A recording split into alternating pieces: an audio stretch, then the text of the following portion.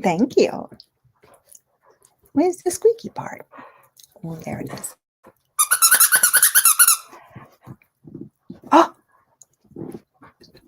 your sock monkey's insides are going to fall out.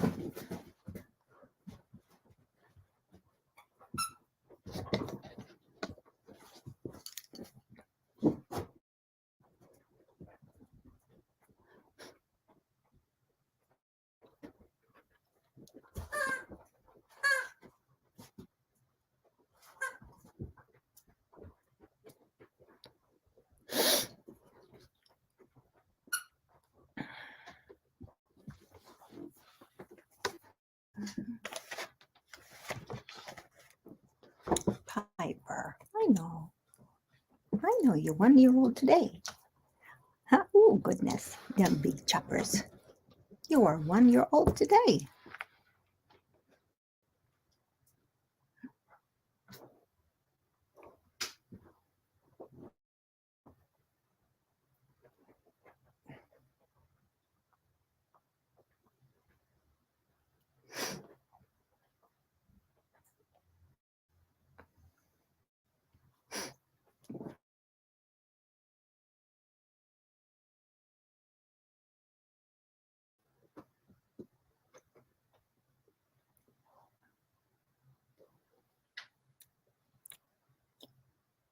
Is anyone here?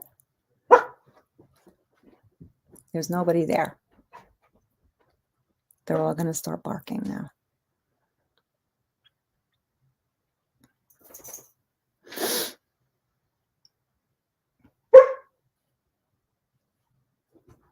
Piper.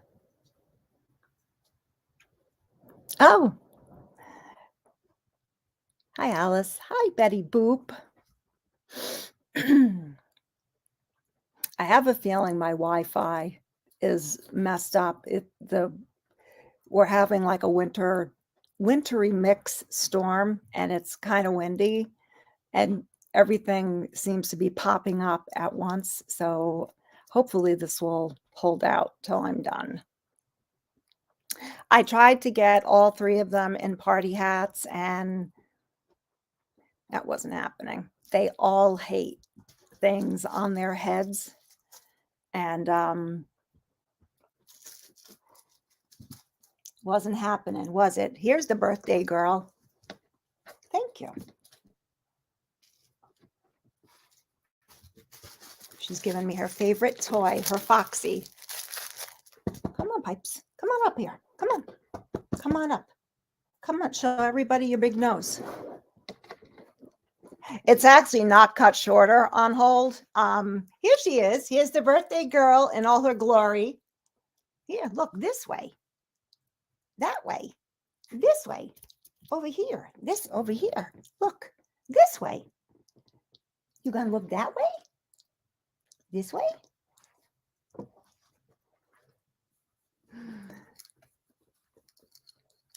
No, it's not cut. There's been a hell of a lot going on since the last time I saw. Thanks, Betty. Hi, Feline. There's been a lot going on, and my physical self has taken the brunt of it. This is all breakage in my hair. It's all breakage from pulling it back, from I've developed this nervous habit where I twist my hair. So yeah, it's not too good anymore. So Piper says thank you. She's bringing all her toys to me. She's funny. So is anybody else? I know in Connecticut, they're getting snow, and nothing is sticking. It's too warm. They're like those big fat flakes that are falling, but it's too warm. What? What do you? What? What? She doesn't like it when I'm not giving her attention. What? She doesn't like it. She's gotten to where she'll use that torpedo nose and knock my phone out of my hands. Look, she's messing with she's bad. She's really bad. She's the worst of the three. Hi, Lucille.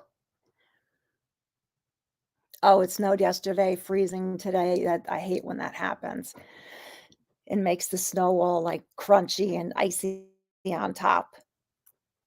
I don't know what it's supposed to. If it freezes this stuff, it's gonna be pretty ugly. Let's see. Wintry mix likely to continue for the next several hours. Okay. So, me too, feline. I'd much rather just have snow than ice. Piper is one today. Yes, she is. She is. She's something else. I'll tell you.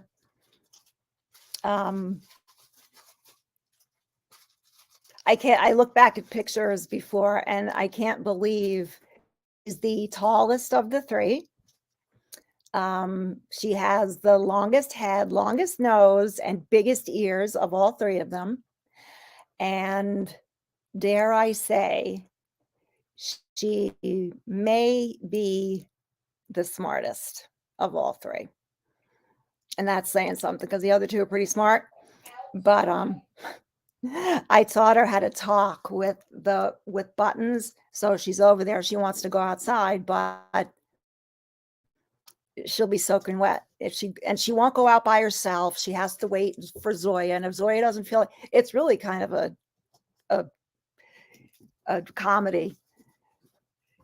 Their interaction. That's her second favorite toy. We've got the old goose. I guess this is a goose. That's her second favorite. The fox is her favorite. But now I'm not getting any comments, and what'll happen is I'll get a run of them.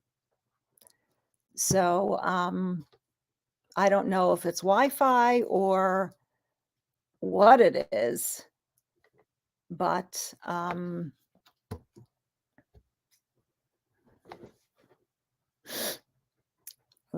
I know people said they wanted to be here, so I'm waiting to see if their names pop up. Alice?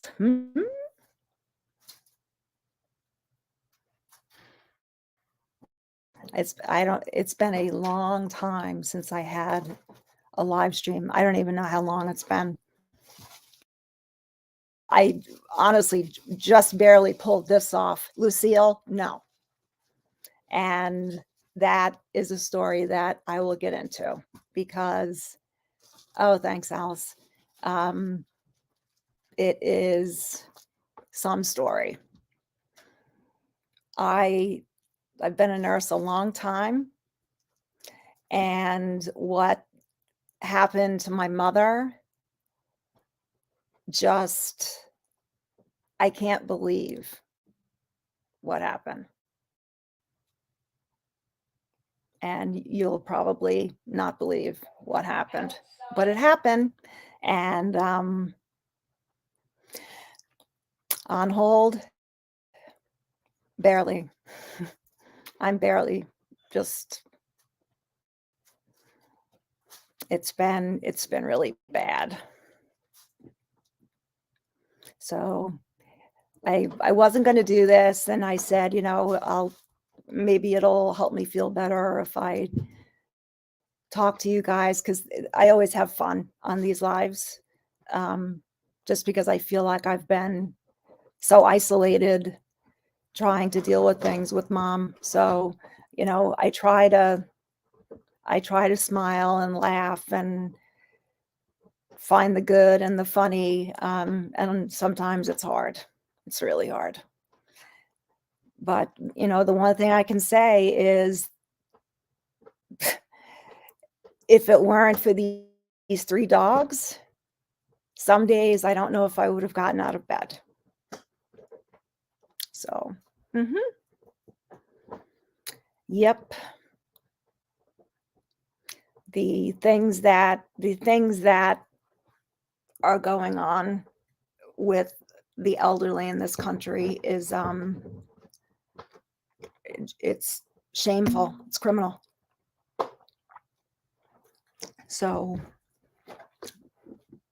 I know StreamYard added a couple of, yeah, like my internet signal I can see is going back and forth. I lost it again. Um,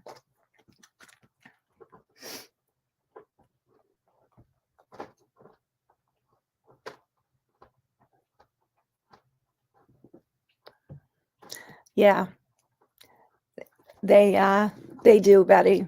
And, Piper, even though she is oh my God, I'm not giving her attention. So she's chewing on the toy basket. She's just like a little kid, honestly. I mean, the stuff she does is kind of funny, but Piper,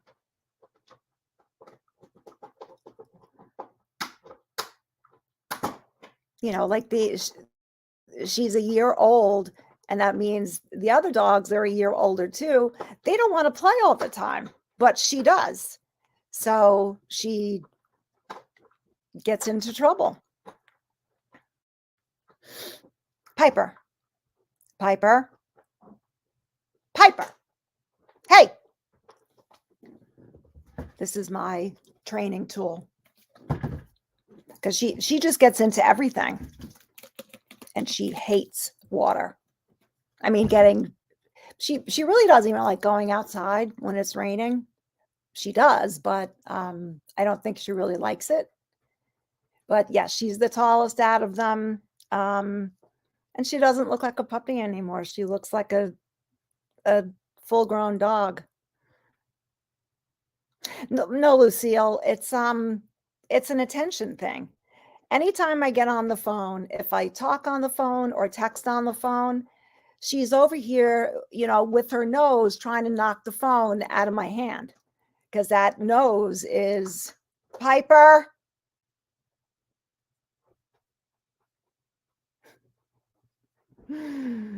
So,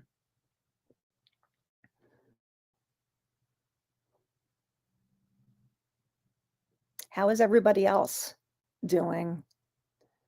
I'm kind of coming into this unprepared because I more or less knew what I wanted to talk about tonight. And I wanted to update everybody on what happened with Mom. Long story short, she is in a facility. It's a 5-star facility in Manhasset, of all places. Isn't that funny?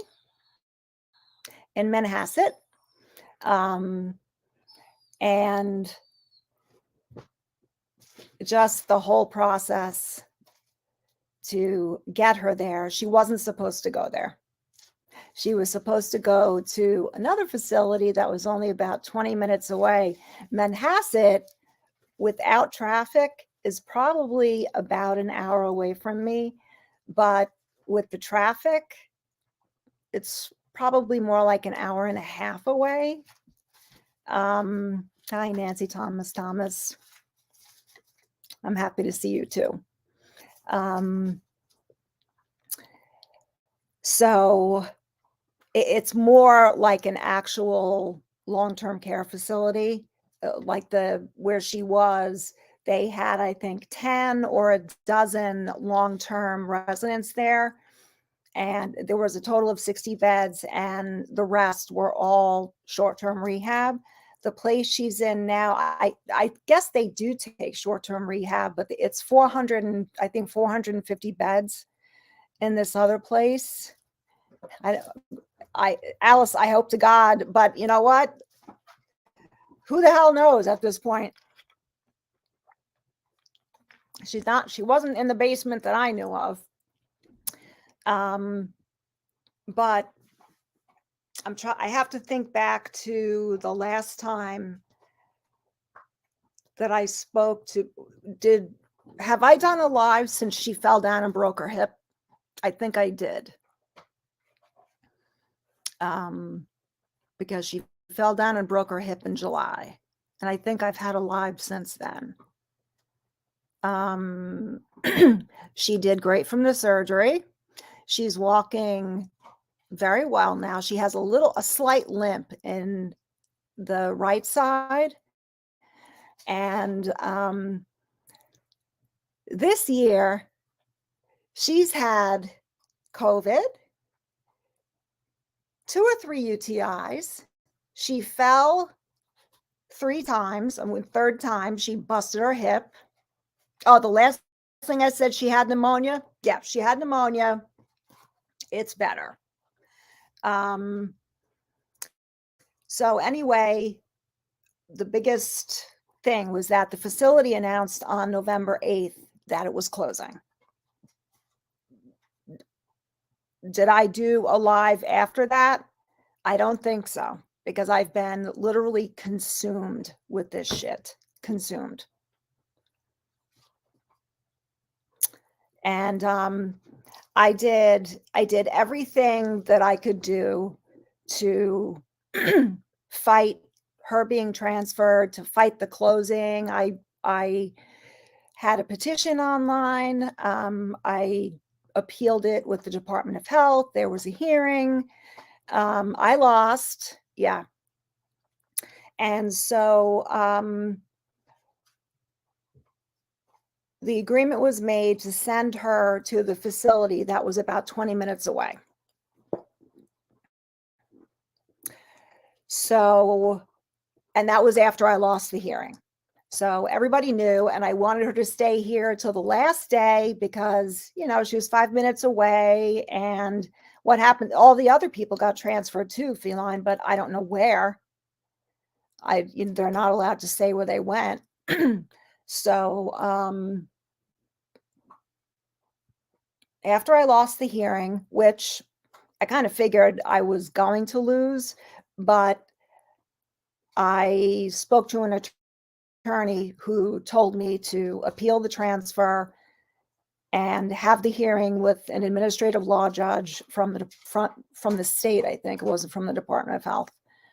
And so, you know, the place was closing. It's not like they were transferring her because of bad behavior or anything. The place was closing. So there's not a lot that I could have done. So as they were sending everybody out, my mother was the only person left there for like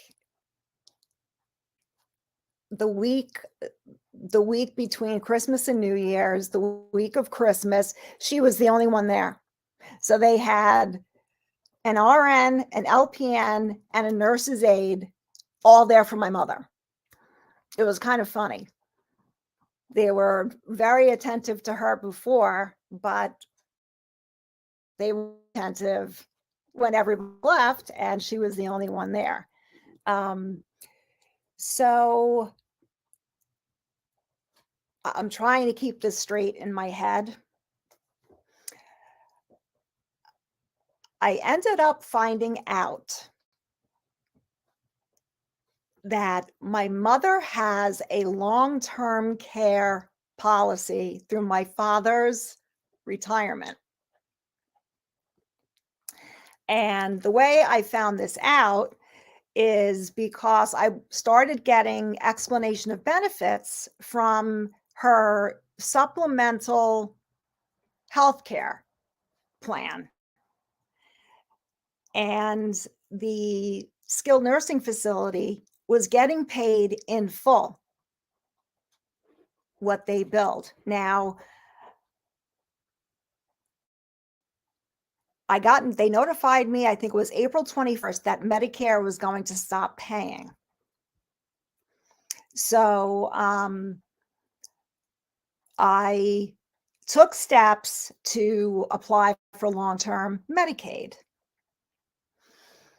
And then shortly after that, I started getting the explanation of benefits, and they were getting paid $36,000 a month. July, they got paid $52,000, but that was the month that she fell. So, you get these explanation of benefits. It's not like it's an itemized thing. I never got anything from the long-term care facility about it. They were getting paid. They were billing, getting paid. So I figured, I don't have to do anything else because they're getting paid a hell of a lot more by her supplemental. But I had no idea that she had any long-term care coverage until I started getting these EOBs. So they had put Medicaid pending on her chart, apparently, but nobody ever followed up on that because they were getting paid a crap ton of money for her to stay there. So she was supposed to be transferred at 10:30 in the morning on January 6th to the facility that's 20 minutes away. On Thursday, January 5th at 3 p.m., I received a call from the financial office at the new facility asking me what her Medicaid status is. And I said, there is no status. Her supplemental is paying in full. So this woman literally started yelling at me on the phone. How come I didn't put a Medicaid application? I said, because she doesn't need it. She's got a long-term care plan, a long-term care insurance, not I get plan, whatever. So people don't have retirement plans like this anymore. My father died 31 years ago this year. He retired when he was 59. And he had a killer retirement package. And I remember things that I remember now. Hi, Stat.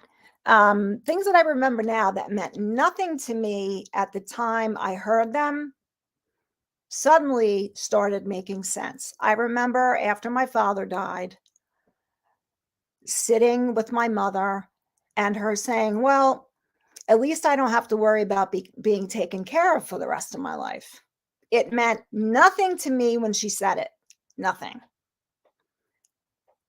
And when I found out that she had insurance that was paying them, I figured out what she meant.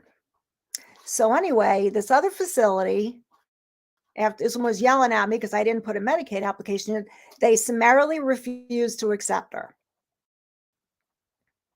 On Thursday afternoon, and she's supposed to go there at 10:30 on Friday. So now the place is closing. There's nowhere for her to go. So the administrator, I guess, was calling all over Long Island. She has a weird type of coverage, and she doesn't have the paperwork. She only has a couple pieces of paperwork that were tax documents. And like I said, my father retired 40 years ago, at least 40 years ago. So my mother could be the last one remaining of anyone from my father's company still getting these benefits. I don't know. She's 94 years old. How many people can be left? So Friday comes And I'm on the phone back and forth all day because nobody believed that she has this coverage. They didn't believe it. And I just thought to myself, I can show them the explanation of benefits to show that the facility was being paid a tremendous amount of money. They were getting paid whatever they billed. They got reimbursed for it. No, Betty, they can't. So that's why if you can't afford to pay it, you have to apply for Medicaid, and then you have to have practically nothing to get Medicaid for long-term care. But when I started getting these EOBs for explanation of benefits, when I started getting them, I said, I don't have to put an application for Medicaid because paid. Now, I've been trying to get in touch with the facilities billing office. Anyway, I'm sorry I'm all over the place. This has just been, there's so much. So on Friday, all day, they went back and forth and back and forth and back and forth about where to put her because no place would take her. They didn't believe that they just didn't believe that she had this long-term benefit. And it's very, very strange. Now, over the years, the administrator of my father's retirement plan changed hands. And I don't even really know. Yep. So my father was still you're right. I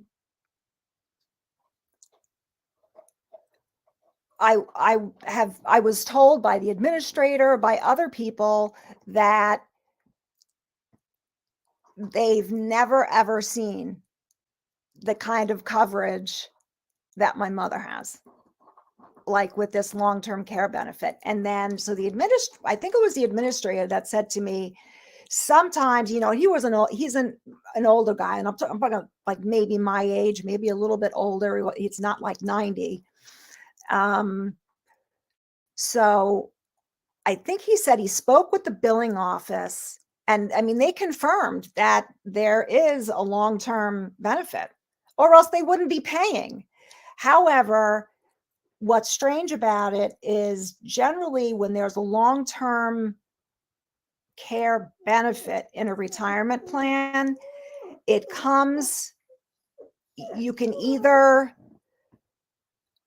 waive your right to a life insurance payout or elect long-term care coverage. And hi, Flower Power. Thank you. Obviously, I have no idea what my father did because there were no documents. My mother, she doesn't know. So anyway, on Friday, we're getting down to the wire here. It's the afternoon. It's getting late, and I'm like, what's happening here? So the hospital out here is owned by Northwell Health, which is one of the largest healthcare corporations in the country. They own 2 other long-term care facilities, but they're in Nassau County. And I didn't want her going that far. However, the only facility that would accept her was the facility that she's at, which is called Stern in Manhasset. And it's right next to the hospital. Now, my father worked, he was an engineer for, back then it was called Long Island Lighting Company. And I guess it was pretty well known that they had a killer retirement, especially for I guess my father was a manager or something. Now, years and years and years ago, I don't know if anybody else in the country heard about this, but they were building a nuclear power plant about 15 minutes away. Now, from what I understand, my father was one of the lead engineers for that project. And I remember him coming home from work saying all the time, this thing is never going to open. I don't know why they're wasting all this money. So he was, in charge of developing this thing and opening it. But he knew because they would never be able to evacuate the people that they had to evacuate with the location they were building it. And when it got built, it like closed immediately. The doors open, doors closed, because they never could evacuate people fast enough if something happened. So anyway, on Friday, so she's going to go to this place in Manhasset, which I was so fed up by Friday evening. He told me, he said, yeah, we're going to send her there, and then they can help you to get her back to the one that's closer here. Hey, Crackles. So, I mean, I had no choice. What was I going to do? I mean, the administrator says, he goes, can you bring her home? I said, if I could take care of it home, she wouldn't be here. Like, what kind of question is that? Their concern was they were closing. They did not give a shit about anything else but getting my mother out of there, which they did at, let's not say midnight, but it may as well have been.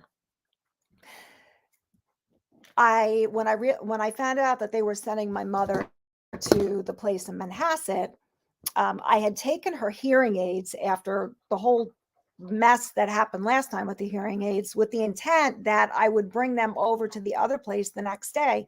Well, she's going. So I ran over there like 6 o'clock to bring her hearing aids and the charging case over. And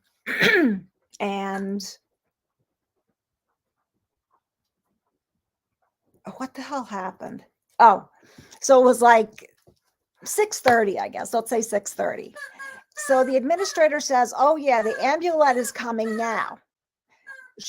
They just brought her dinner. She was going to eat her dinner. I didn't want to go in and, upset the apple cart. So I said, okay, well, if it's coming now, then I'll just go home. Well, I got a voicemail at like 9:30 at night. I was in bed. I have my notifications shut off at 9 o'clock. So I didn't hear this phone call come through from the administrator saying she's still here. The ambulette is late because of the nurses' strike in New York, which, okay, whatever. I don't believe it. I don't believe it was late because of the nurses' strike, but whatever. I didn't see that till the next day. Had I answered that phone with that phone call at 9:30 and they were still intending to transfer her to another facility an hour away with dementia and the kind of sundowning she has, I would have told them I do not consent to sending her this late. It was cold. I never would have consented to it. As it is, I didn't consent to it. But I signed absolutely nothing consenting to this transfer. So on Saturday, I get a call from, I guess it was the social worker. telling me, she's here, I saw her. And, my concern was, is she flipping out over the change in invite, because it's pretty disruptive to a person with dementia and sundowning to change their environment.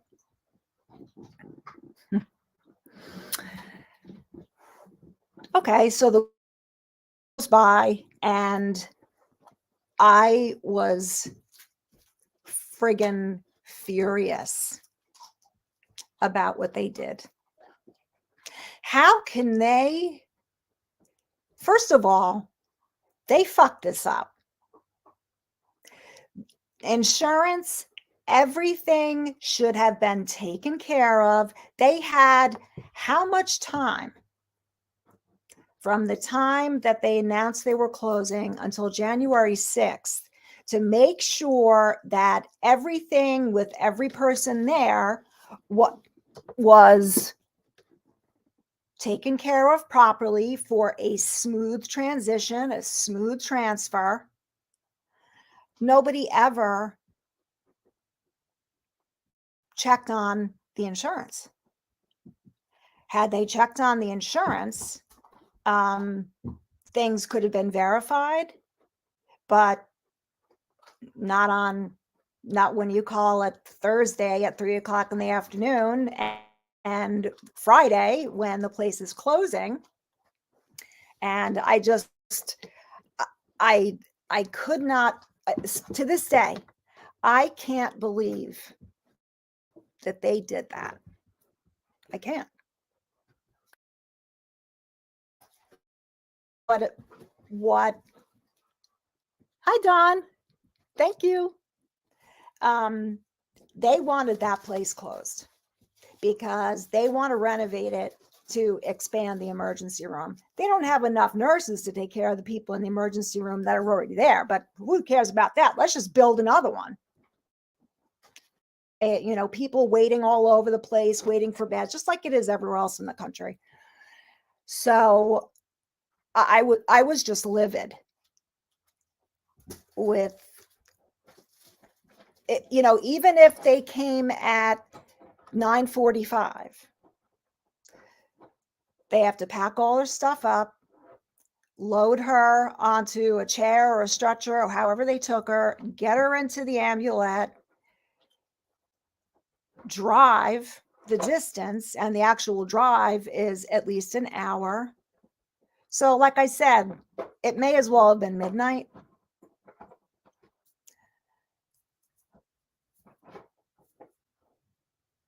They had to submit a written plan of closure to the New York State Department of Health, outlining various things for each specific resident that was in their facility. They were supposed to have a specific customized plan that included what kind of health insurance they had. So I'm in the process of getting the records from the Department of Health, not myself.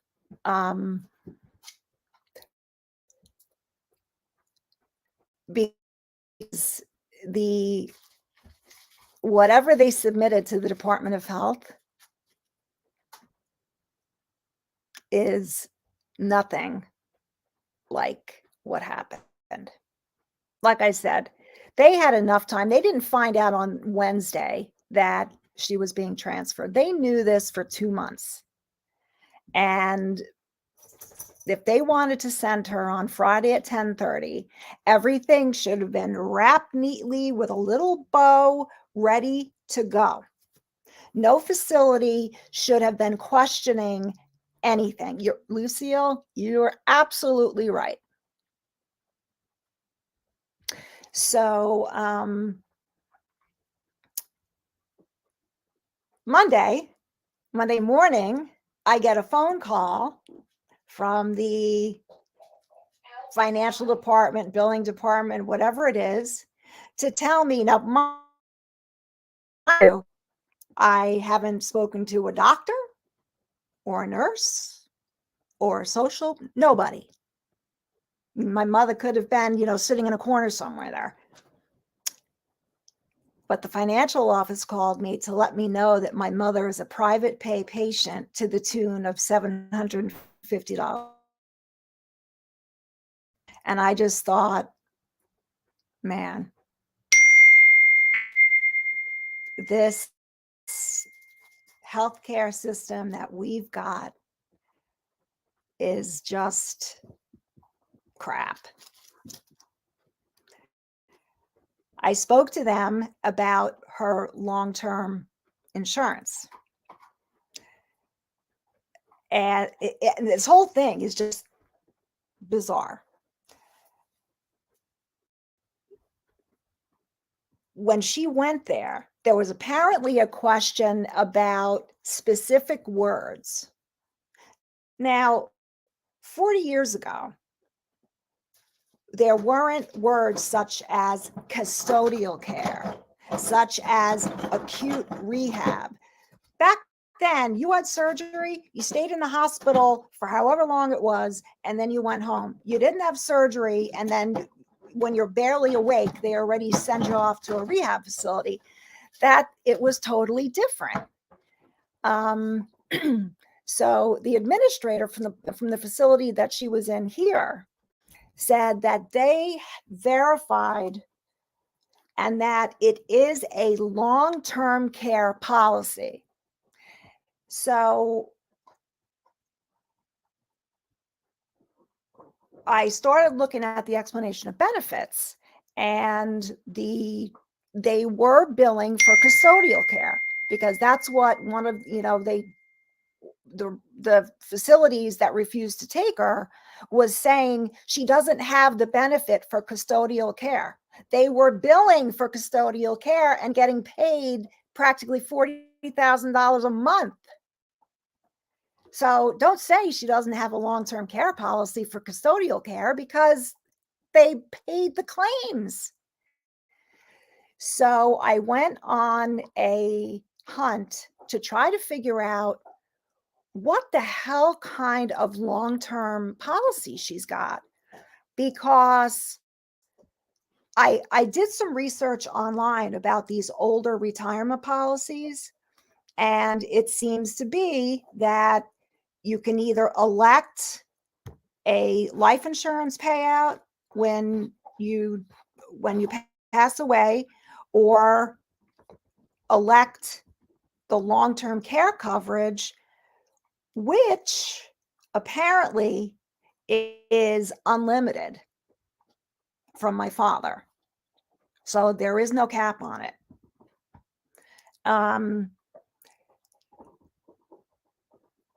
I know that there was life insurance through MetLife. I actually have a life insurance policy with MetLife father's job. You tell me you'd find that today. So when I heard that, it can either be, hey, Vivian, hello, c'est moi. So I called MetLife. They're like, we don't know. So then I called the supplemental insurance, the healthcare insurance. They said, we don't have any documents. You have to contact the retirement plan's administrator. Well, who would that be? Because the Long Island Lighting Company has changed hands, I think twice. It was Lilco, and then it was Long Island Power Authority, and now it's National Grid. So I'm in my mother's room, like tearing through all of her papers. I found a couple. I found one that was a tax document she signed to have 25 days withheld for the rest of her life for the medical benefits. But and then I found something from MetLife, but that was it. So I started looking for phone numbers to call. I since what is this? Sunday? What is today? Monday. Monday. Um, last week I was on the phone, I think the week before. So let's say 10 days. I've been like trying to figure out what the fuck is going on here? Who is the administrator of this retirement plan? To this day, I don't know. I can't figure it out. I called the employee benefits for my father. And I explained to them, I'm the daughter, my mother, blah, blah, blah. They won't give me any information, even though I'm power of attorney, because I'm supposed to send the power of attorney to some third party. I don't even know what it is. It's called POA Center, maybe. A power of attorney is a legal document. It's like a legal document. Want me to just send a power of attorney? What is this? Who is this third party? And who's on the other? Where are they located? And who's on the other end receiving the power of attorney? It's like I feel like a dog that's chasing my tail in a circle. It's what I feel like. I am no further today than I was 10 days ago, trying to figure out who the fuck the administrator of this retirement plan is, because they're not allowed to give me any information, because I didn't send the power of attorney. Oh, and to send the power of attorney into this third party, she said it would take 2 to 3 weeks for them to verify it. Verify what? There's nothing on a power of attorney to verify. I signed it, she signed it, and it was notarized. That's it. How are you going to verify it? Verify it with who? You have to verify it with me. I mean, the whole thing is crazy, is an understatement. It's an understatement. So now I can't get any information. I called the billing department at the facility that she was in and they didn't call me back yet. I need to find out how they found out that she has a long-term care policy, because she never told me she did. I don't even know. Well, she had to have known she did to make that statement that I'll be taken care of for the rest of my life. Beth, it's like, Vivian, I don't, in New York State, I don't think so. No, because I think the wills get filed and recorded, but I don't think, well, 2 to 3 weeks is unacceptable when she's in a fucking facility who's telling me she's a private pay at $750 a day.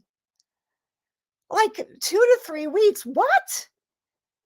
And I can send it to you right now. She said, oh, well, we don't do it that way. You have to send it. I'm not sending a power of attorney to India, because, that's probably where it's based out of.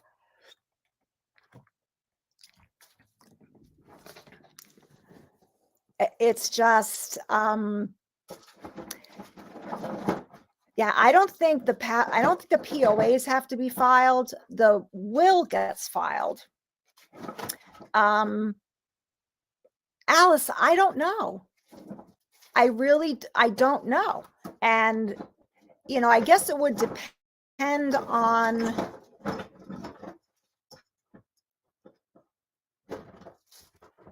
my mom was 62 when my father died, and he was 67. He retired at 59.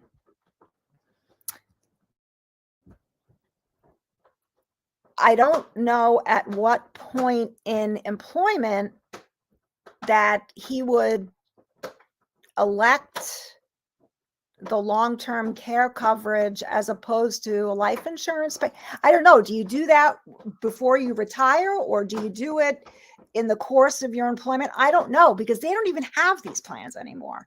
That's why nobody believed that she had this kind of, no,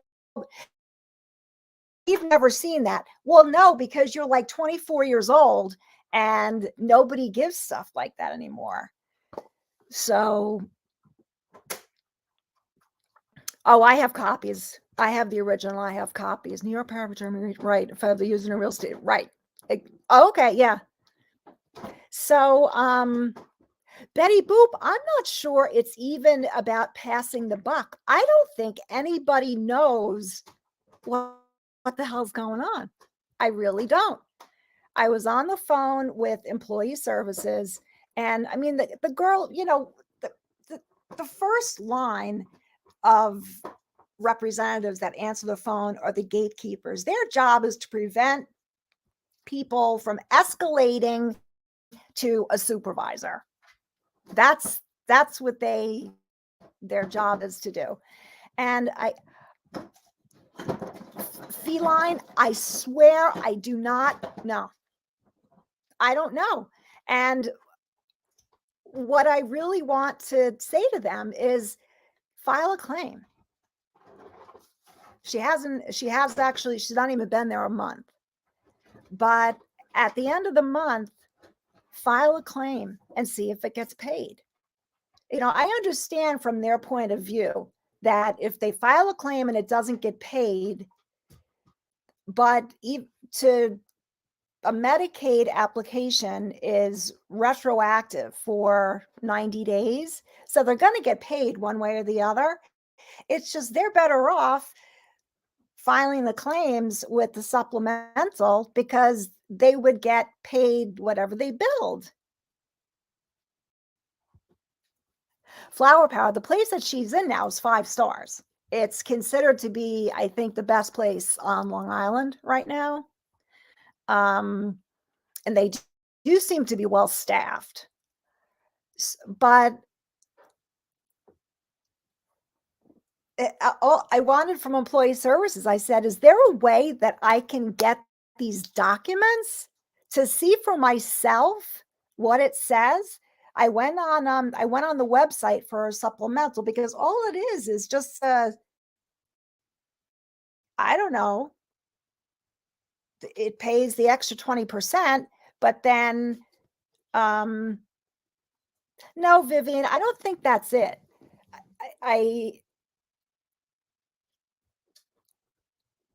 It's so bizarre. It's so weird that no, she has this great insurance, but nobody knows where it came from, who's administering the policy, and they won't give me any information. So I understand, I get it. I understand they want to make sure that they're going to get paid. I get it. But first of all, had the old facility been on the ball enough, they would have had this all figured out, I think.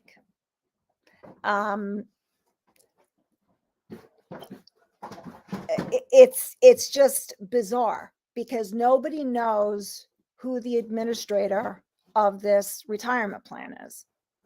I tried to go online to the supplemental and sign on. I can look at all the claims. I can look at the explanation of benefits, the payouts. But when I try to get the documents, it says contact plan administrator. Who's that? If I knew who it was, I'd contact them, but I don't know who it is, so I can't. I have never, when you think this couldn't possibly get any worse, it can.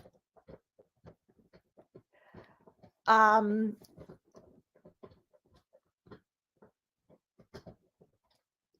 I don't even know where to go to try to find this information. I'm waiting on the call back from the billing department because they had to have tracked this down somehow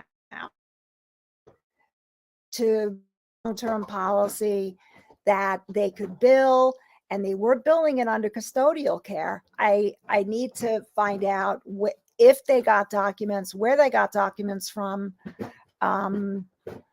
But Piper, why are you so bad? So, hi, Carolyn. Well, I'm back tonight.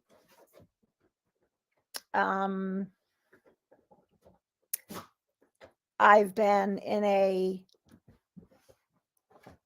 what do you call it? A shitstorm for the last couple of months. I mean, she's in a good place. Everything is really good there. They're all really, really nice on the phone. But she's really far away. Like when she fell over here and she broke her hip, I could jump in the car, go right over there. I can't do that now. It's got to be a whole planned thing because I'm going to be gone just 3 hours driving time there and back. Oh, Piper gets Vivian. I don't know what that is.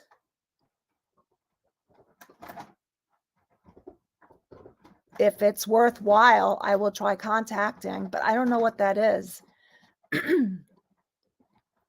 So the 2 burial plots, they belong to the church.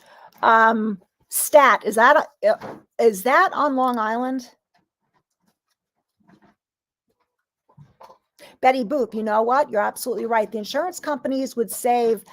You have no idea what I did to try to get help to keep her home. I called hospice. I called, and actually the hospice nurses that came here, they were very, very helpful. They pretty much told me you're not going to get anything because I was trying to get community Medicaid. I didn't know this at the time.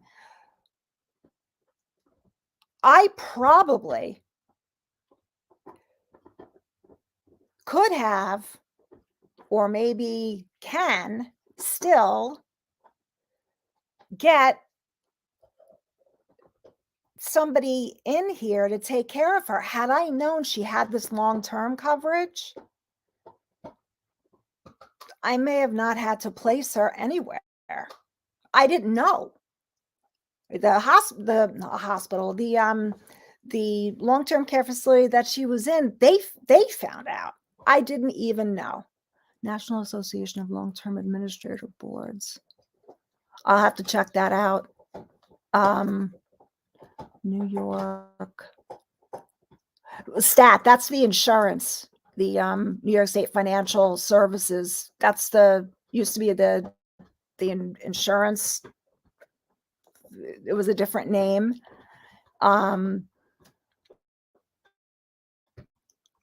Flower Power, you know what? I've learned a lot about the process, and it's these nursing homes and at hospitals, it's a business. They don't care about people. They want to make money. So how do places like a-ho? Who's a hoe? So that's where I'm at now. But the bullshit that they did with transferring her at midnight so that they could close to be in compliance with the plan that they submitted with the Department of Health was total bullshit. I actually ended up looking something up. Betty, I don't know. All I know is that if you try to hire through an agency, they'll charge, $100 an hour, and they pay the aide $15 an hour. So I'm not going that route. Not that I ever would.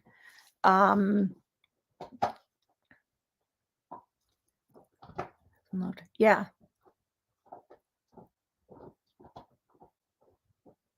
I can't. I called MetLife and they said they weren't the ones to talk to. It's just, I think just because this has been transferred hands a few times, nobody knows like what's going on. That's right, flower power.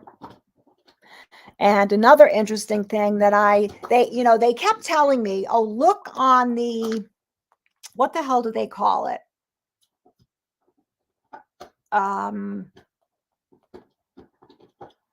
It's the site that rates nursing homes, long-term care facilities.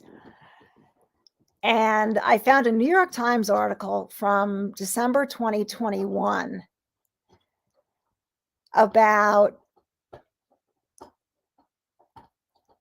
that website and how things are not reported accurately. So they were telling me to, when I was trying to figure out where I was going to send her, to go on this website.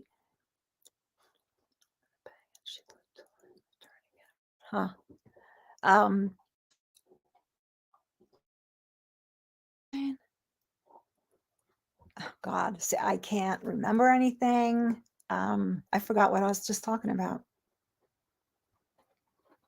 MetLife. Well, that was MetLife. Oh, the New York Times article with the website that's actually run by CMS, the Centers for Medicare and Medicaid Services. And the social worker kept telling me, well, look there, and look at the star ratings and this and that. It is absolutely and completely inaccurate.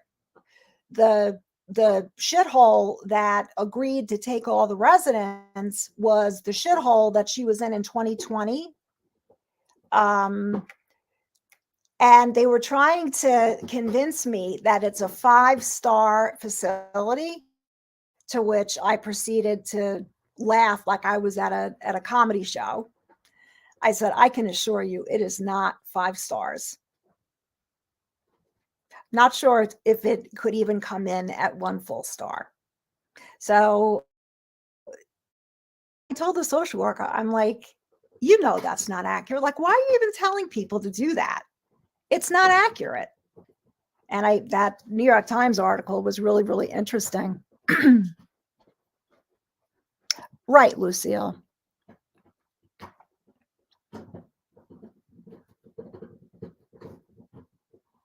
Well, it's not about MetLife at this point. I think my mother did get, I can't remember if it was a stub or some kind of thing, that she did get something from MetLife when my father died. But I have to see the documents to figure out like what's going on, because I don't know. I have to see them for myself. I don't want somebody else to tell me. I want to see what this policy is, what the retirement policy is, because who knows? There may be other things in it that I don't. I always knew that my mother had really good health insurance. She never had copays. She just had to pay $25 a month for the coverage, which my father's been gone 31 years. So she's collected probably a lot more than what he put in at this point. But like I said, she's probably the last one standing. But what I found when I was doing research on the internet, because I was mad. I was really mad when they sent her there. There is a federal law that, in order for me to explain the federal law, I have to go back. There are certain rules that they have to follow just to operate, that are state and federal. And when they when they contact the Department of Health to close the facility, there was a whole series of things that they had to do. However, the federal code that I found state that if there is a change in anything with any resident that is different from the closure plan that was submitted to the Department of Health, it resets the clock and they have to give another 30-day notice. So what Piper, see, she's up to no good because Piper. She's ridiculous. So they should have stayed open for her. By law, they were required to give me an additional 30 days to figure out what I was going to do. They didn't do that. In fact, the absurdity of the administrator saying, well, can you take her home? Can you imagine if I took her home? But like, he was just desperate because I know they were breathing down his neck. I don't know who it was that dropped the ball on this, but he's ultimately responsible as the administrator. And then the administrator of the whole place, who is I won't even say it. It's ultimately on her. So if this plan of closure did not go through, there would be hell to pay. But like, okay, so they didn't follow the state and the federal guidelines. So what? That's what there are no consequences. These places just do whatever they want. Yep. That Lucille, my mother had everything in one place, almost everything. There was just one thing I couldn't find, which I did find, but the papers from my father's retirement, it's hard for me to believe that my mother threw them away, but my mother was doing things toward the end that made no sense. Oh, I'm sure it's not the first time either, Vivian. But I didn't know this at the time. Had I known what the applicable rules and regulations and laws were,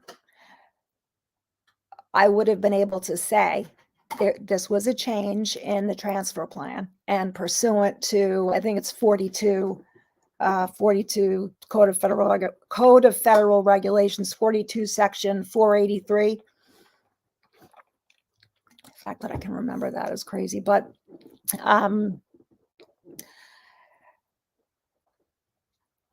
life is a learning lesson the whole way through. It's pretty sad when you have to advise or give or, notify other people if they put a loved one in a long-term care facility, that they become familiar with all of the laws and the rules governing these places. I mean, how can you expect people to know that? I'm pretty informed, and I didn't know about this rule. In fact, it's like a little blurb in the entire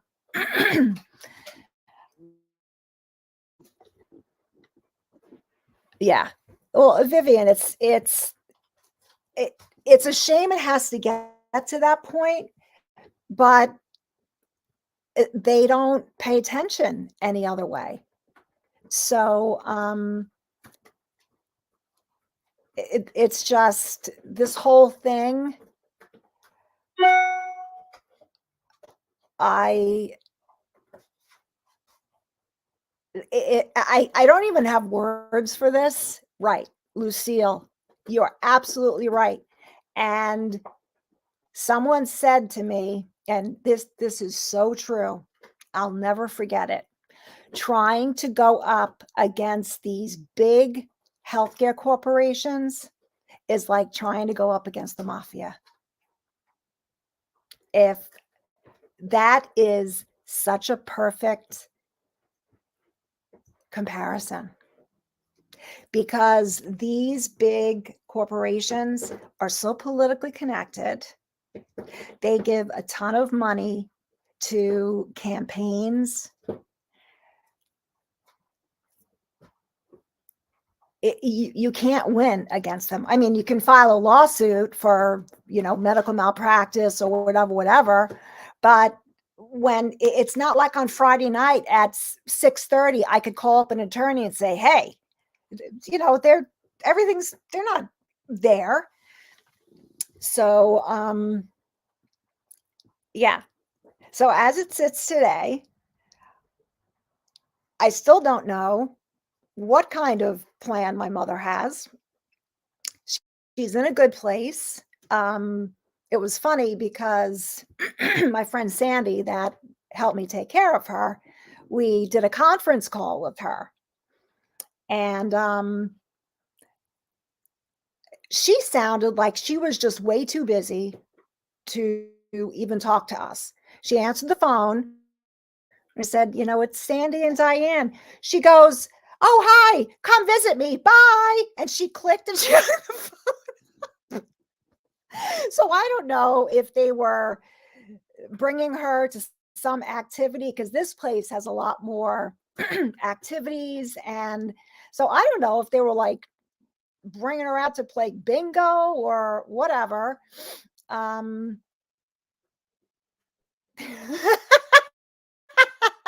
Feline, I tell everybody, I said, if I disappear, you know, first to look. Vivian, they don't want people to know this. There's a whole, they don't want people to know.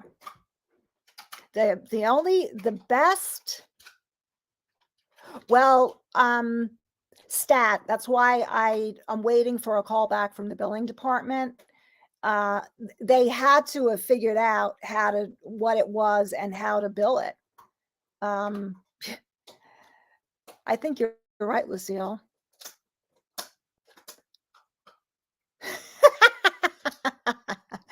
Vivian, could you imagine?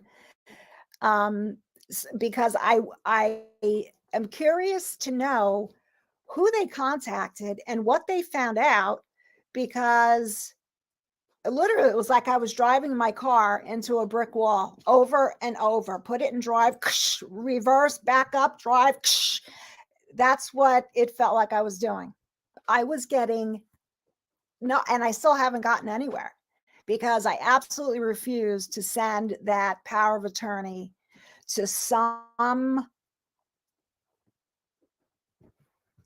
like I said, I don't know. I can't just show it to you. I can't just show it to the supervisor. I mean, you have a third party company keeping track of these power of attorney. I mean, I looked the company up and there ain't much about it. So that makes me a little like, what's the deal here? Lucille? Yeah, not as much as she was before. It seems like she gets on a tear about something and she'll go and go and go and go for like days or a couple weeks on the same thing. Because for a while it was the bus. She was going to miss the bus. The kids were going to miss the bus. And then it was somebody stole her car.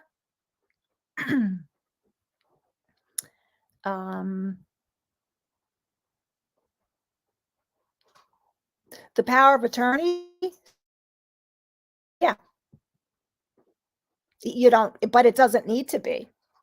You can do a power of attorney on your own. Yeah. It was all done at the same time when her will was done. And I don't know, Betty. That's what I have to talk to the billing department, because when she first went in there, when they told me that Medicare was going to stop paying, it was April 21st, I think. And I have a copy of the POA.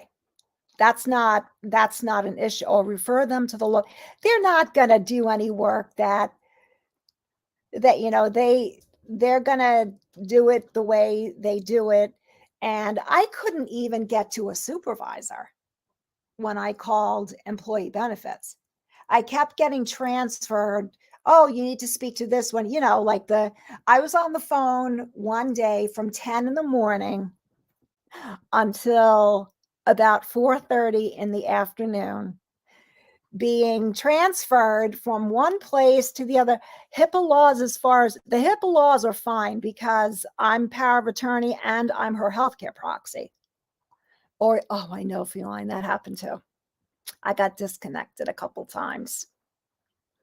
I'm grateful that she has it, but because when they told me that Medicare was going to stop paying, I believe it was April 21st. And I said, well, what am I supposed to do now? And they said to apply for Medicaid. Now, I do not know how it came about that they looked into her supplemental, because on her chart, allegedly it said Medicaid pending. The whole thing is so bizarre. If she was Medicaid pending, if she was supposed to be going to a different facility, don't you think that somebody should have, when asking the facility if they would accept her, give her the Medicaid information, which would have made light bulbs go off that there is no Medicaid. So, like, what's going on and how are they getting paid? I never received anything, nothing in the entire 9 months that she was there, telling me that this is how they were billing. I never got a bill. I never got a statement. I never got anything.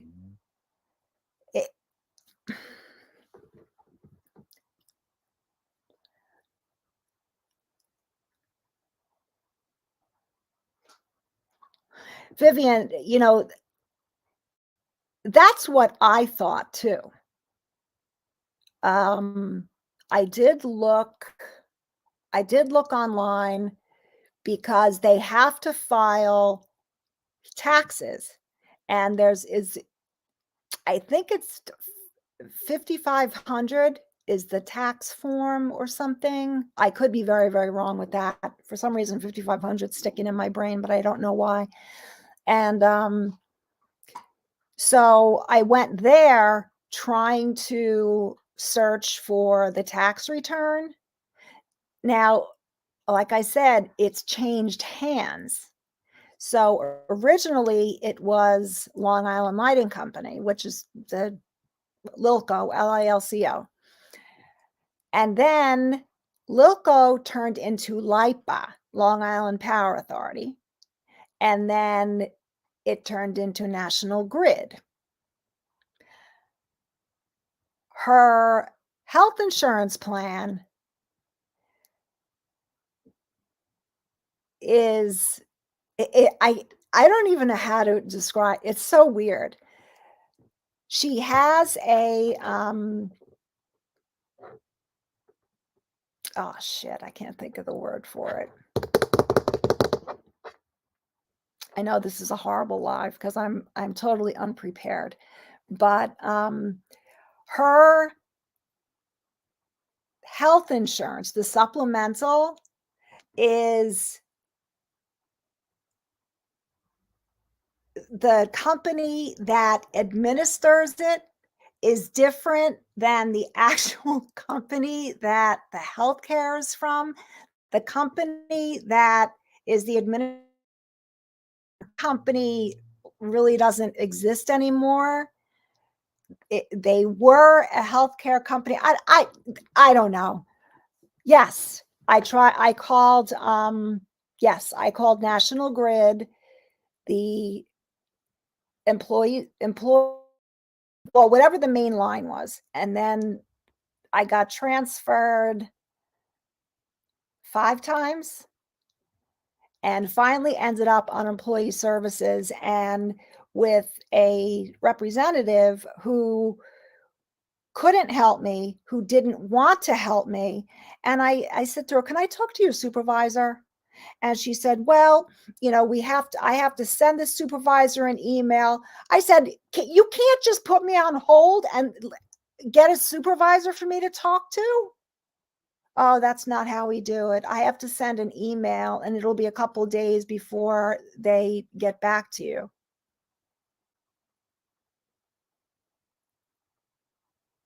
So is this what everything's turned into? That you can't speak to a supervisor, you can't, because the representative, she could not do anything for me. She had no idea. And I said, "Well, you know, if you don't know, then this needs to be escalated to somebody that does know and somebody that can find out." So she said, "Oh, okay, a supervisor will call you back." Well, that was on Thursday. I'm still waiting. I'm still waiting for that call from the supervisor. So here's another one. Don't ever let them tell you a supervisor will call you back.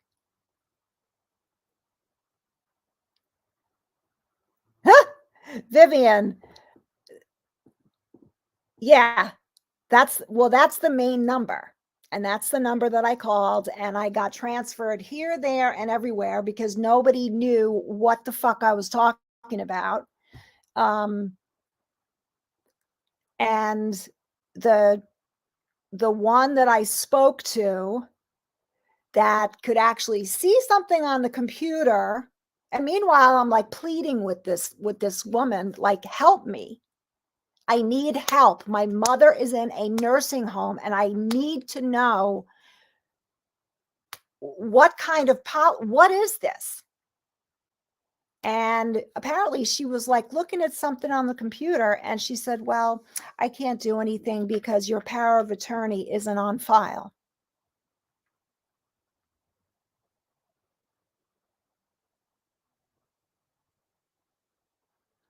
Chasing my tail around and around and around and around and around. It's not on file. And I'm trying to tell her, my mother has dementia. She's in a nursing home. The nursing home is telling me she's private pay at $750 a day. I can't wait.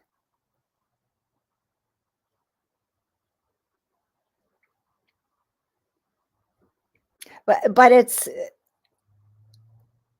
I guess passing the buck, but if you see something on the computer, get in touch with your supervisor or a manager, because I was practically in tears on the phone. Say, let me see if I can do something. Will you please hold? You mean to tell me that a first line service representative can't get in touch with a supervisor? That's all I said. If you don't know what you're doing, get me somebody that knows or can find out. What is wrong with people? You can't just say, well, put it on hold and hey Sharon, I have somebody on the phone. I know, where is the humanity? Like, what is wrong with people? I'm sure if I told this girl, hey, if you don't show evidence of or show documents for something, I'm going to bang you $750 a day, she'd figure it out.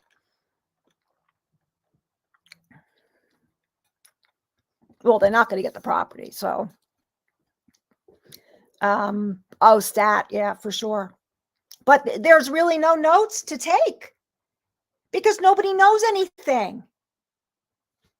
And so the place that she's at now, it's called Stern.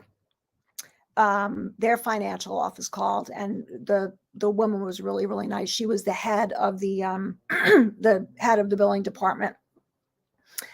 And she said, can you send me a copy of the explanation of benefits? Because I had just gotten the explanation of benefits that day or the day before, I think. She said, because I was reading her the codes and how much the facility she was in was getting paid. And when I was reading her the codes, and she said, that's the code for custodial care. So I don't understand what the problem is, because she said they called her supplemental for an authorization, and the supplemental refused to give them an authorization. So I'm going to talk to the billing office at the old facility and find out what they did, how they did it. And I told the new facility, I said, call the billing department at the old facility and ask them, because oh God, no, Sandra, no. My mother never had like anything medical. She was in the hospital a couple times, but from what I understand, there is no cap, which is what the administrator at the old facility told me. I don't know. I don't know. I'm going on information that was told to me. I don't understand if, one place they closed. It's not like she got thrown out because she was, for bad behavior. They closed. I don't understand why this other facility just can't file a claim and see if it gets paid or not. I would trying to get authorization. That would be more like a medical thing, trying to get authorization for an MRI or whatever. Oh, God knows. They didn't declare a ward of the state. They're billing her the supplemental, and they're getting paid. They got paid hundreds of thousands of dollars for the 9 months she was there. They got paid a lot of money. So, right. Now, I don't know if that's allowed, Feline, because I told her, I said, you have my permission to call the billing department. And it's under the same, they're both Northwell. Both facilities are Northwell. So they should be able to just access each other's information. But I think each facility operates independently. It is bizarre. The stat, that's an understatement. And that too, Feline, I shouldn't have to be in the middle of this. This should have all been taken care of by January 6th, when she was scheduled to go to the other facility. And if I can't get information because they want the power of attorney sent to this third party administrator site, but imagine being called. She goes there on Friday at like midnight. Imagine being called Monday and to let me know that she's private pay and it's $750 a day. And they called Tuesday to tell me the same thing, and then on Wednesday to tell me, and then on Thursday and Friday, and then the following Monday. And I said, you don't have to call me anymore because I'm changing.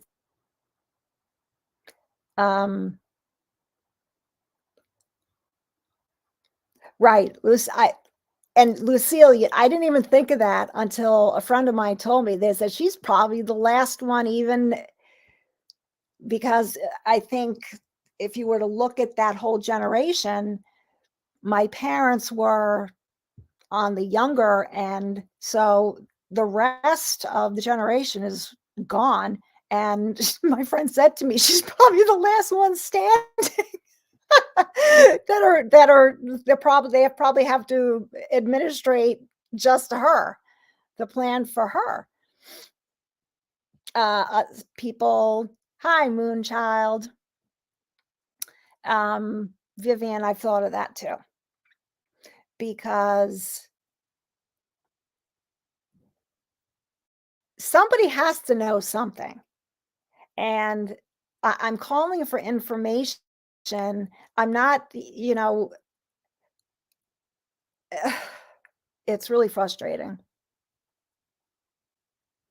Well, Sandra, the frontline customer service people, they're young and they don't know. They're reading off whatever it is on the computer. Rarely do you get somebody who shows initiative to go an extra mile. I mean, I was begging this girl, please just let me talk to a supervisor. Please. And, I said, this has to get escalated quickly. She said, well, I will escalate it. And I'm thinking, like, you got to be kidding me.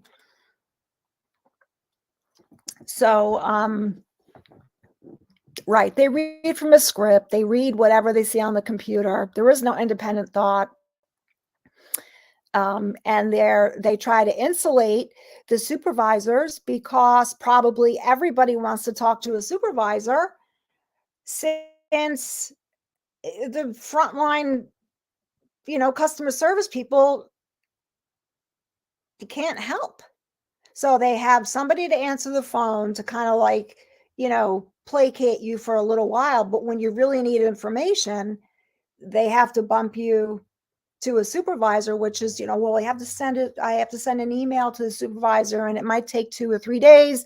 Well, nobody's called me. So escalated. That's right. So, at least I haven't had any calls to tell me, they're threatening to throw her out. But that was a call too. They called me and they said, if she doesn't have Medicaid, then they're going to discharge her. I said, where are you going to discharge her to? The street? Where are you going to do? She's like and they kept saying, well, there are places that aren't as expensive. This has nothing to do with how expensive, whether it's $20 a day or $2,000 a day. She's got a long-term plan that will pay for it. They kept saying, well, there are cheaper places. I don't want her in a cheaper place. That was the whole point from the beginning with this. I don't want her I want her in another 5-star facility. And the way they were like, well, there are cheaper places. Well, it was like they were trying to, like, you can't afford this, so put her, in a county home or something. I don't know. Oh, that's interesting, Lucille. Yeah, I know, Vivian. Well, we wanted to, well, that it's 750 a day, and usually we want 2 weeks of security. So they want to be paid upfront, 750 a day, 2 weeks in advance. And I kept saying to them, she has a long-term policy. Well, we don't know if it covers custodial care. Yes, it does. And well, like I said, back then it was long-term care, whatever that meant, because there was no acute rehab. There wasn't any of that. It was long-term care, which meant nursing home, period. And now what they're trying to do is play, let's word salad. It's custodial doesn't mean this. What does long-term care mean? And it's just like, really? This is what they were debating before they sent her at midnight to this other place, is whether the long-term plan covers custodial care, and exactly what does long-term care mean. She has a long-term care policy. It means that it fucking pays for a nursing home. Why is that so hard to, why? Oh, yeah. It's just, well, we're gonna discharge her if we're gonna send her. But I have heard horror stories, or read them, I should say, in all of this, about nursing homes discharging people to shelters. Hi, Sunnyside. Telling the whole story now. Yeah, that's what it is. They're playing semantics. Like, does long-term care include custodial care? Well, go back 40 years. And what did it mean 40 years ago? It meant nursing home, right? Now, I'm sure that the plan has not been rewritten to change the wording in it. It just, and just because none of the younger people have seen anything like this, that's what I had to laugh when the administrator of the old facility said nobody will take her because they don't believe she has this coverage. But meanwhile, the, the whole place is getting paid. The whole thing makes no sense. We don't believe she has the policy. You have the administrator here telling you that they're getting paid. Oh, Lord. Oh, I know, Lucille.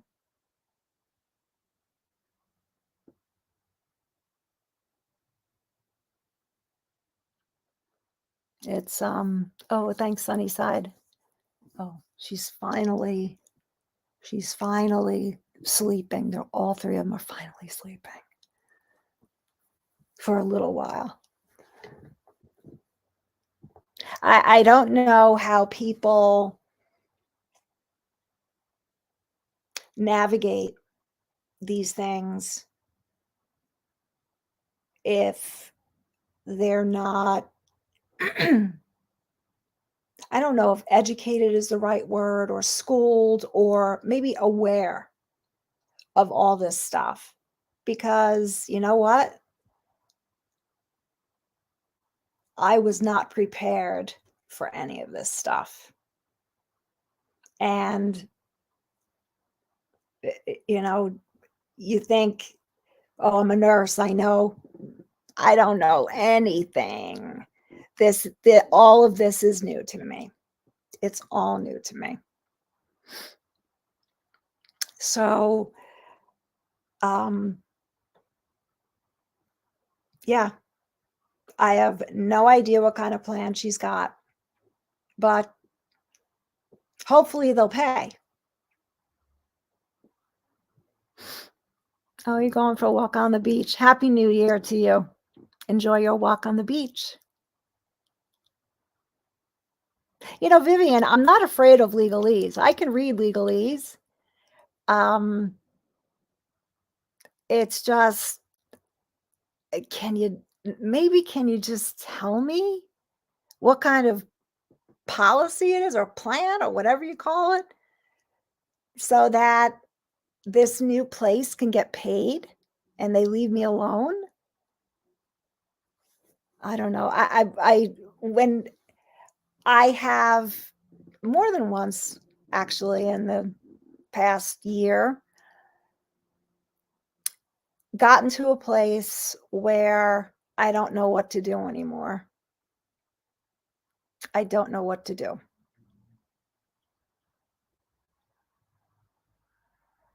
You know, Sandra, I don't doubt that. I really don't doubt that. A lot of, oh, you moving to PA?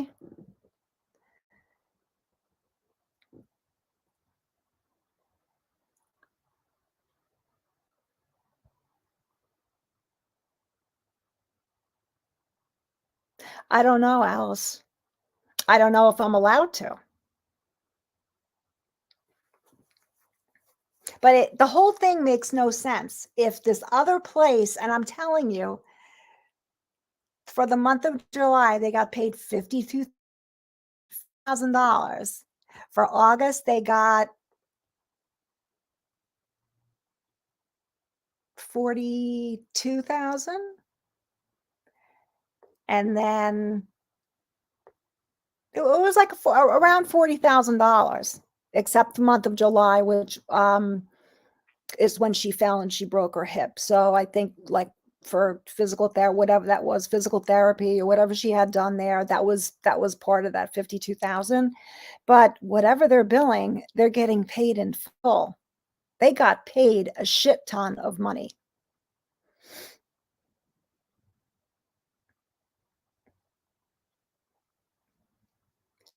Moonchild, is it what up there? Alice, I actually don't think I would be able to submit the invoice because that means that I would have to pay it and then submit it to the insurance company. That's how that I've never sent invoices to the insurance companies myself. I don't think I've ever done that in my life.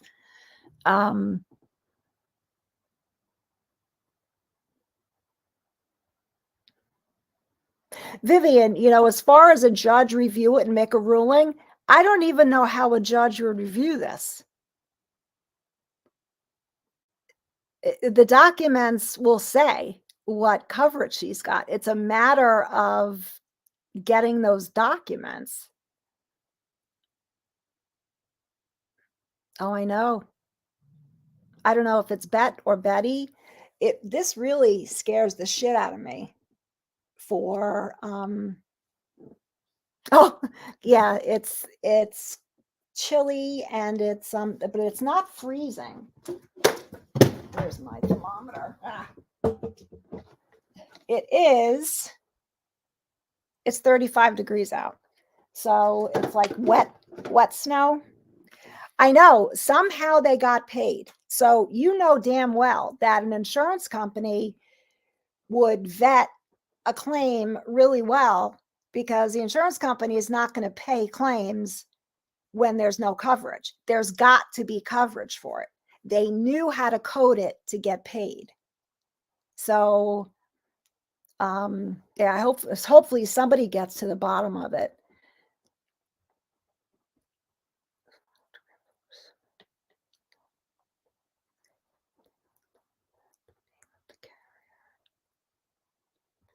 The assisted living facility worker part-time documents that submitted. They also document the name of the carrier and the policy. Okay. So then the old facility should have that. It's just I've never, it's like a hamster wheel. This around and around and around and around and around I go. Where I stop, no one knows. I don't even know. I don't know where I stop. Yeah. Well, when I tell people that, well, the place that she was in, they were charging even more than that, and I have an issue with that because I want itemized statements of what it is they billed for exactly. And I'm entitled to that. So we'll see because the old place that she was in, the staff were wonderful to her. But when they decided to close, that was a business decision on the part of Northwell to make more money. So every month the social worker charts this. I wonder if, I know that the state heavily controls and governs long-term care facilities. So what has to be written in notes may vary from state to state.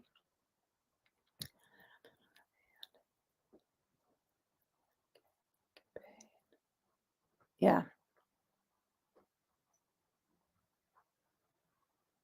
Well, that's what, when I tell people that it's $750 a day, they go, for what? Now, mind you, my mother doesn't need a whole lot. She can feed herself. She walks around with a walker, and she's like a speed demon with that thing. She has no medical problems. She can get to the bathroom most of the time.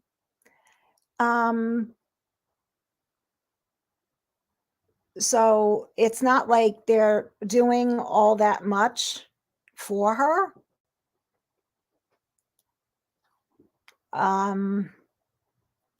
They watch her and they keep her safe. That's the most important part. But it's not like she's bedbound or completely incontinent or anything like that. And like telling people $750 a day. I remember quite some time ago reading something about an elderly woman who lives on cruise ships because she figured out how much it would cost to go into assisted living, which is super, super expensive. And then she figured out she can go on cruises for the rest of her life for a hell of a lot cheaper than going into assisted living. And on cruises, you can have laundry service, you get all your meals, you get your room cleaned. And she just went, I guess, from cruise ship to cruise ship to cruise ship, and she had they all knew her, and she would stay on the same cruise ship for a few weeks in a row. So maybe she went to the same places. I mean, she doesn't care. She's not there for the tours. She's there. She's living there. So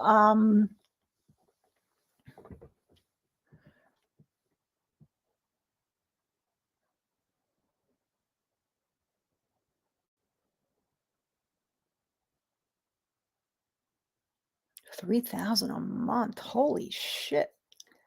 Well, they're saying that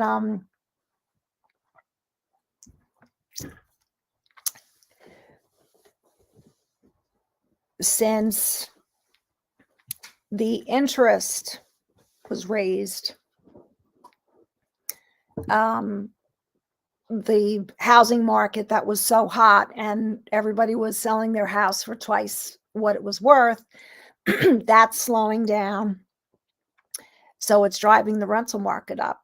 Some of the rentals that I see come up on my feed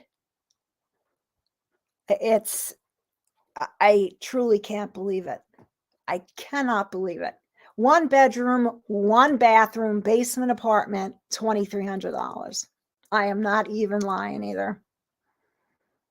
Houses are renting for between $3,500 and $5,000 a month. Oh, Moonchild, yeah. She's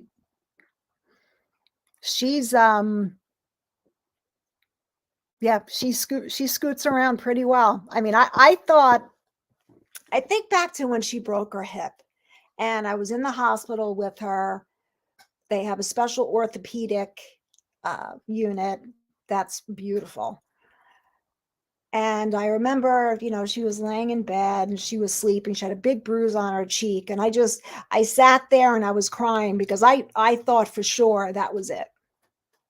I thought that was the end. Nope. She recovered from that. She got C. diff. She got pneumonia. She got another UTI. Yeah. So the people and that worked with her there that knew she had no medical problems and her cholesterol is like some ridiculously low number. Her blood pressure is better than mine. It's really unbelievable, and it's what a shame that her brain just didn't keep up with the rest of her, because she really doesn't need very much. Oh, Vivian, I'm sorry. Oh, the femur popped out. Well, they'll fix that. Oh, Lucille, how much money? I'm sure the workers get paid. The nurses' aides probably minimum wage, which is what, $15 now? Aw. Well, Vivian, don't discount it, because stat, yes, it is antibiotic. It comes from antibiotics, and you need a specific antibiotic to treat it. It's vancomycin. So, but just everything she's been through. I mean, she had COVID. There's not much left that she can get. Her body is just so physically strong. I mean, her heart, it's seriously just incredible. Vivian, don't discount that. They do surgery on elderly people all the time now. And oh,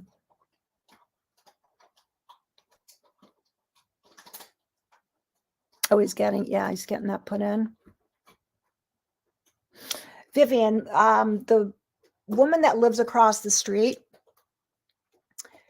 is older than my mom. She's 96, but she has all her marbles and other people's marbles. She's really sharp. She's as deaf as a rock. She wears hearing aids, but she fell in her bathroom 2 years ago, I think. Or maybe it was actually in the latter part of 2020, around Thanksgiving, I think. She was getting ready for bed. She took her nightgown into the bathroom. I guess she draped it over the actual bathtub. She took a step, she slipped on it, she fell, and she broke her femur. So she was what, like 90, 94, let's say. That is a major, major break in anybody, a femur break. So she had surgery and she went to acute rehab and she came home. And I mean, I remember going to see her and her leg was so swollen. and she had physical therapy in the house, and she would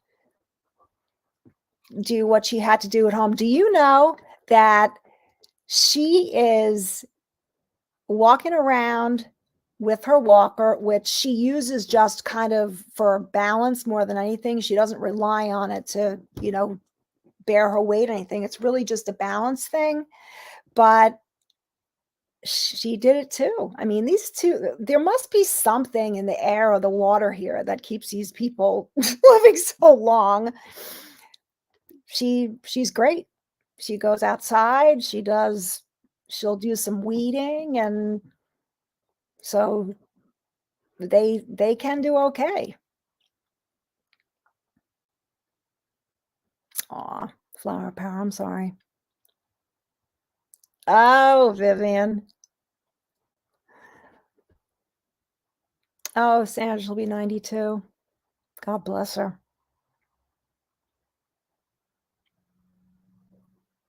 So, that I have learned a lot on this journey. And the one of anything I can advise anybody, when you retire, if you work or you get to that point, but I would have to say, at least by the time you turn 70, get all of your assets out of your name.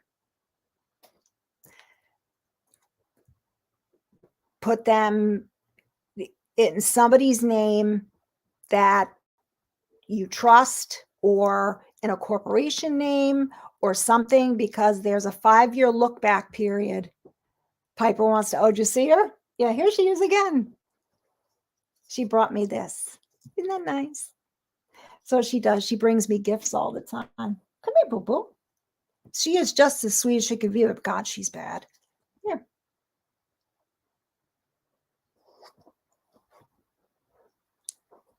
Oh, here comes Zoya. Zoya's jealous.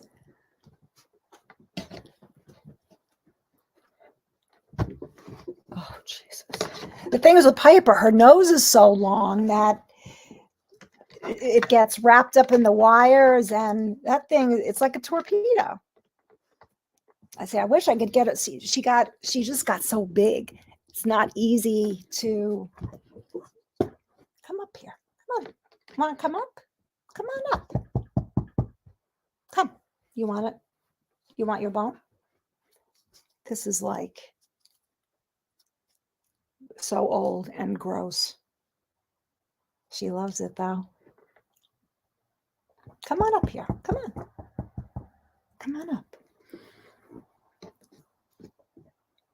Yeah, Vivian, that's the single biggest piece of advice that I could give anybody nearing retirement age or coming up on age 70. Get your stuff out of your name, because if you get into that 5-year look back period, they can take everything. They can take your money, your house, your car, get it all out of your name, and do it in an amount of time that you're going to get out of that 5-year look back period. So if you have to go into long-term care, you can get on Medicaid, and they won't go after your assets. A lot of people think that, oh, if they do it this way, they'll be safe. They do it the only safe way is get everything out of your name.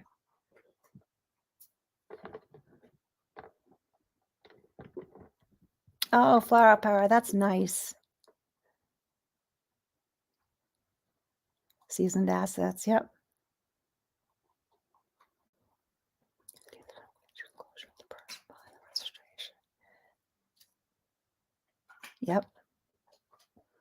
And there, I know a lot of people worry about, well, what if they take all my money? I mean, I'm not saying to like go out on the street and leave all your assets to the guy walking down the sidewalk. Even if it's not a family member, if you have a friend, if whatever it is, somebody that you can trust, or I don't know if attorneys would do it, but yeah, Alice, get all of it, just put it in somebody else's name. Just get it out of your name. And it's really sad that you have to play these kinds of games to prevent losing everything that you worked for, to protect it from the government. I mean, it's crazy. It used to be 36 months and now it's 5 years. So if there are any cash transfers or it'll red flag.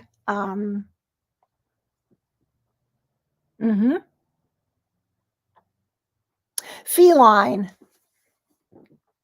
An elder law attorney is a great idea.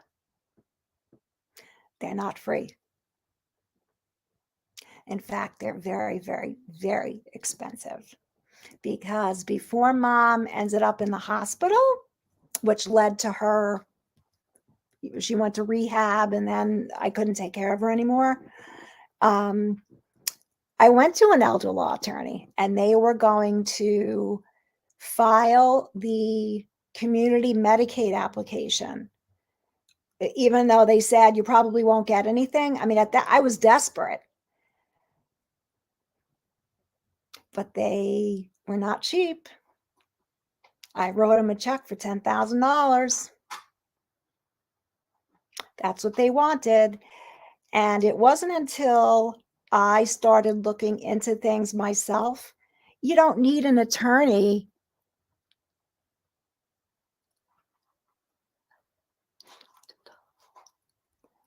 Oh, I'm sorry.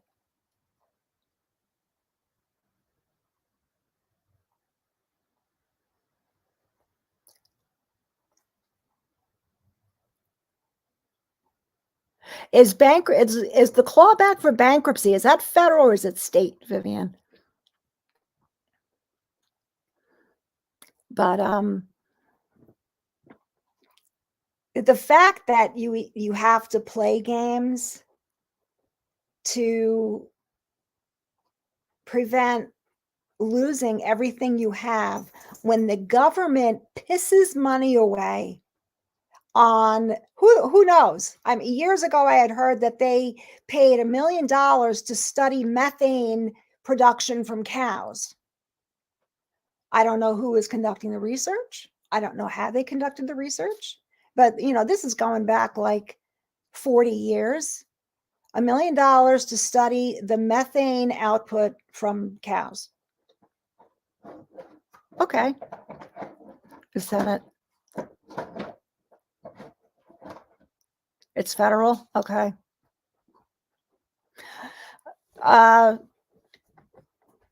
Cat chat.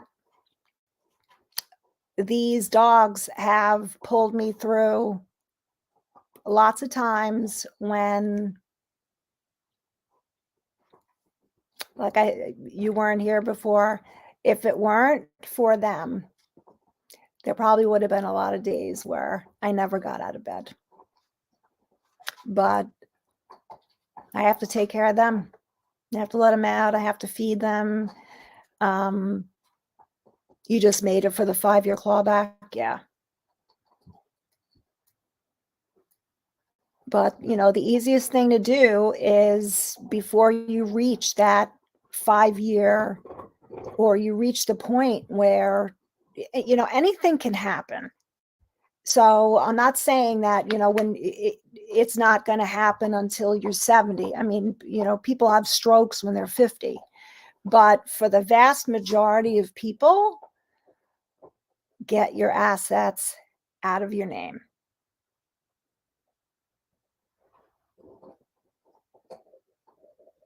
And and this goes with anything. Like I said, had I known about that federal law, had I been armed with that when they were going to send her to the other facility, it would have been different. I didn't know. And unless you're really an elder attorney or an attorney that deals with nursing home issues, which I found out are two different things.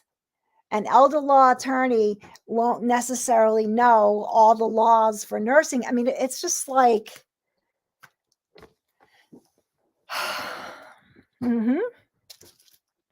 what are you doing over here again? She, Piper is also,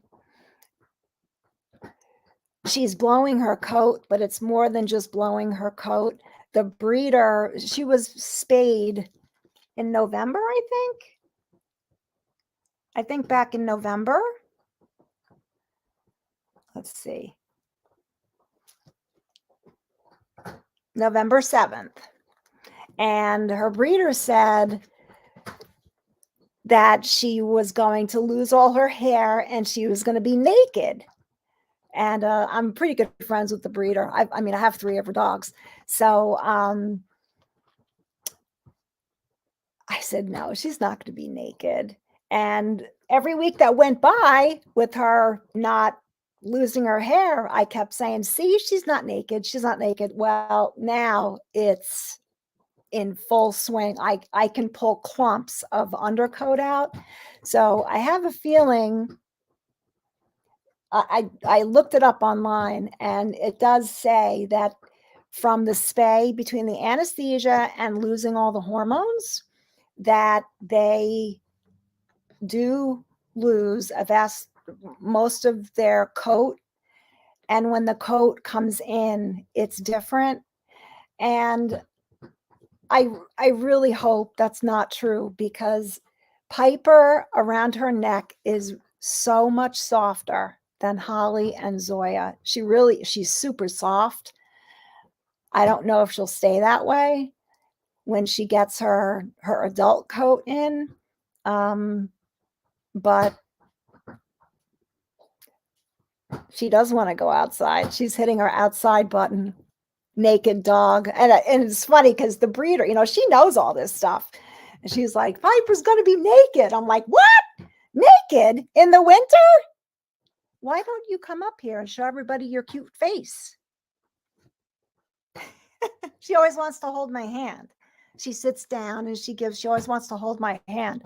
When I go to the bathroom, when I'm sitting on the toilet, she comes in, she sits down, and she gives me her paw. I guess she thinks I need emotional support when I hit the crapper. I don't know.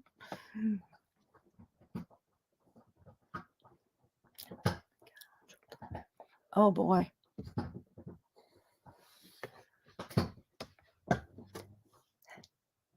She just came in here to take the bone. She is completely different in disposition than Holly and Zoya. I mean, Holly and Zoya are different. And I realized I got them older. I got Holly, she was 1.5 years, and I got Zoya, she was 5. So Zoya was an adult already. She was trained. I did the training with Holly, but Holly has always just been so chill, and she's just always been a super chill dog. And Zoya was a little bit more frisky. She's a little bit older now. Piper is like, she's crazy. She's nuts. She's crazy. She's going to push my ring light over. Well, don't chew on the table. She wants attention. Well, Betty, I think, Piper, don't you do that. I think that's an issue with some people, is that they really don't have anyone they can trust. and they're afraid to put all of their all of their assets in someone else's name. In that case, you know, set up a corporation and then just put everything in the corporation's name. So it's a shitty system. It's a really shitty system that you have to try to beat the government to be taken care of when you get older. I mean, that should just be like part of the plan, shouldn't it? That when you get old, that you just automatically get taken care of, but it's not. Yeah, but the dogs did, they saved me. A lot of times they saved me. Mhm. And it's, I'm not really a crier. Um, I mean, I do cry, but there were times, I'm telling you, I couldn't stop. The only time I stopped was when I fell asleep. So,